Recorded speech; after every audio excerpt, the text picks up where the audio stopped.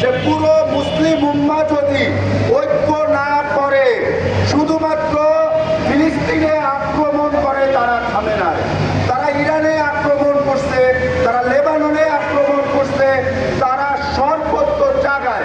আপনারা দেখছেন ফিফা বিশ্বকাপে মিশরকে তারা আউট করে দিছে।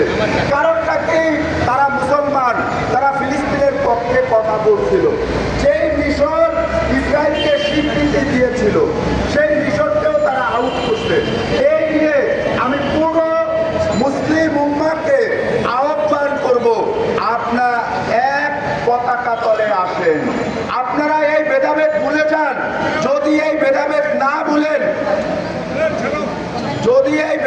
না ভুলেন, তাহলে পুরো 57টা মুসলিম দেশকে তারা ধ্বংস করবে। তারা তৈরি করছে new world order. New world order মানে হলো পৃথিবীতে 50 কোটি মানুষ রেখে বাকিগুলো মেরে ফেলো। এই পরিকল্পনা তারা সাজিয়েছে। আসলে আজকে আমরা মুসলিম জাতি ঘুমন্ত অবস্থায় আছি।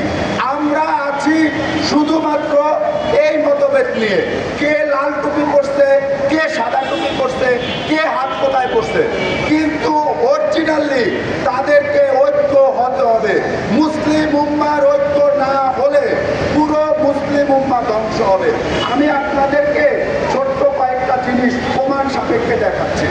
প্রথম কথা হলো, আমি আপনাদেরকে দেখাচ্ছি যে তারা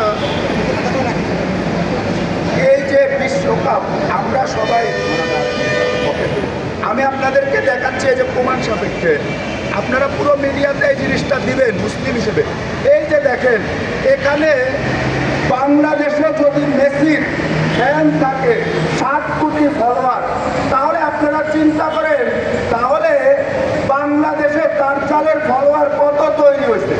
এই যে দেখেন ফিফা বিশ্বকাপ, এটা ওয়ান আইকে প্রমোট করছে এবং মেসির হাতে ওয়ান আই, নেইমারের হাতে ওয়ান আই, এবং মেসি এলজিবিটিকিউরে সাপোর্ট করে, যেটাকে বলা হয় সমকামিতা।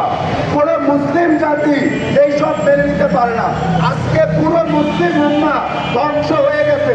আপনারা একজন ইহুদিবাদ খেলোয়াড় যে কিনা দাজ্জালকে প্রমোট করে, তাকে কিভাবে আপনারা সাপোর্ট করে? আমি মুসলিম উম্মাহকে প্রশ্ন করি।